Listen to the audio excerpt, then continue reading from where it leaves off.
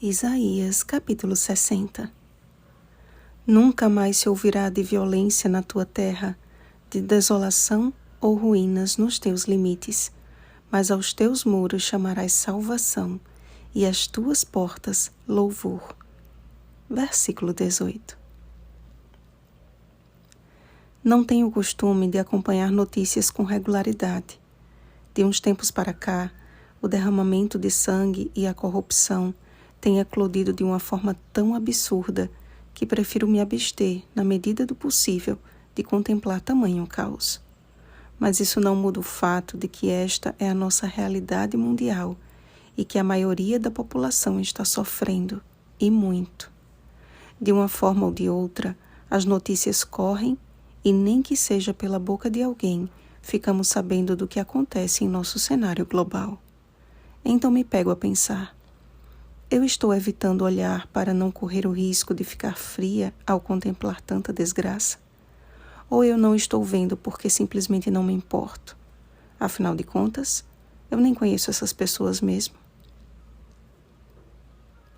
Durante toda a nossa trajetória em estudar a Bíblia e dela ouvir a voz de Deus, o objetivo tem sido que todos nós possamos ser preenchidos pelo poder do Espírito para compreender o assim diz o Senhor e estreitar o nosso relacionamento com Ele.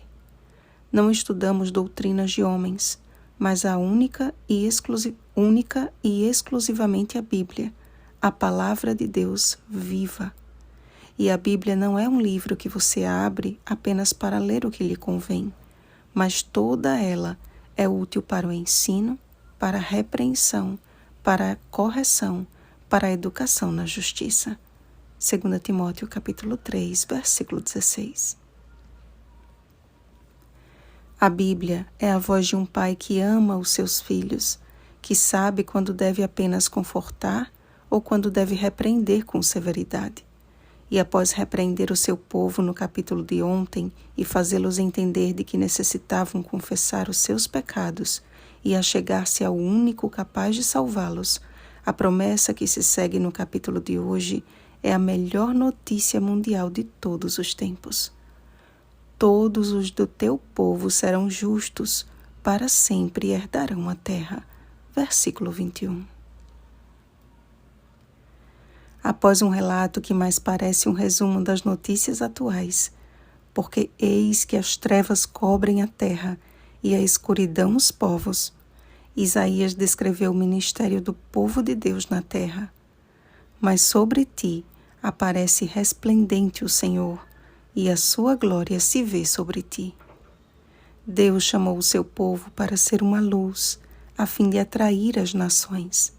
Diferente das notícias e da publicidade que se dá às mazelas e horrores mundiais, o povo de Deus é chamado para publicar os louvores do Senhor. Não podemos e não devemos ser alheios ao que acontece ao nosso redor.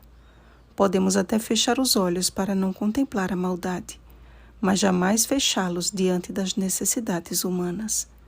Assistir a vídeos chocantes não resolve o problema do teu semelhante, mas estender a mão para ajudá-lo é resplandecer a glória de Deus. A finalidade da luz não é de chamar atenção para si, mas para as coisas que estão ao seu redor. Ninguém acende uma lâmpada para ficar olhando para ela. Ninguém em sã consciência fica contemplando a luz do sol. Porém, a luz é necessária para que possamos enxergar o caminho por onde andar. Da mesma forma, Deus não nos ilumina para que os outros olhem para nós, mas para que a nossa vida seja uma luz a conduzir o mundo para o caminho.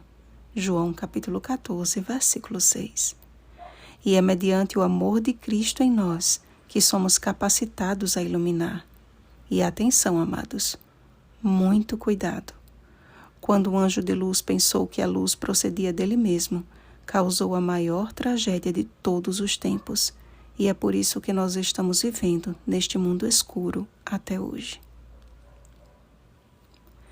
Dentro em breve estará cumprida a missão da luz do mundo, Mateus capítulo 5, versículo 14. Então, veremos a verdadeira fonte de luz e ficaremos radiantes de alegria. o nosso coração estremecerá e se dilatará de júbilo diante da glória do nosso Salvador e Redentor. Iremos para a cidade do Senhor, a Sião do Santo de Israel, onde Ele constituirá glória eterna, regozijo de geração em geração. Não precisaremos mais da luz do sol, nem a lua terá mais função, porque o Senhor será a nossa luz perpétua e os dias do nosso luto findarão. Não mais dor, não mais lágrimas, não mais violência na nova terra, nem ruínas ou desolação nos seus limites. A morte já não existirá. Apocalipse capítulo 21, versículo 4. Não haverá mais mentirosos, corruptos, assassinos ou destruidores da terra. Apocalipse capítulo 11, versículo 18. Mas todos os do teu povo serão justos, para sempre herdarão a terra.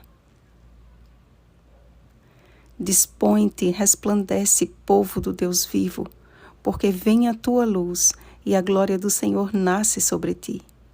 Levanta em redor os olhos e vê. Todos estes se ajuntam e vêm ter contigo para conhecer o nosso Deus. Falta pouco para contemplarmos a glória do unigênito do Pai. Falta pouco para o cumprimento da promessa feita pelo próprio Deus. Eu, o Senhor, a seu tempo farei isso prontamente. E este tempo está para cumprir-se, se apressa para o fim. Prepara-te, ó Israel, para te encontrares com teu Deus. Amós capítulo 4, versículo 12. Amém. Vem, Senhor Jesus. Apocalipse capítulo 22, versículo 20. Querido Pai Celestial, a tua fiel e maravilhosa promessa está para cumprir-se, mas antes que aconteça, haverá um terrível tempo de angústia. Não sabemos se o enfrentaremos, porém, venha o que vier, queremos estar prontos para sermos fiéis até a morte ou estarmos vivos por ocasião da tua volta. Falta tão pouco, Senhor, e a tua palavra diz que os sábios entenderão isso. Dá-nos a sabedoria que necessitamos, a fim de que nenhuma prova nos pegue de surpresa, mas iluminados pela glória do teu conhecimento, possamos exultar e erguer a nossa cabeça, sabendo que a nossa redenção se aproxima. Em nome de Jesus. Amém. Vigiemos e oremos. Bom dia, luz do mundo. Oremos pelo batismo do Espírito Santo. Oremos uns pelos outros. Rosana Garcia Barros.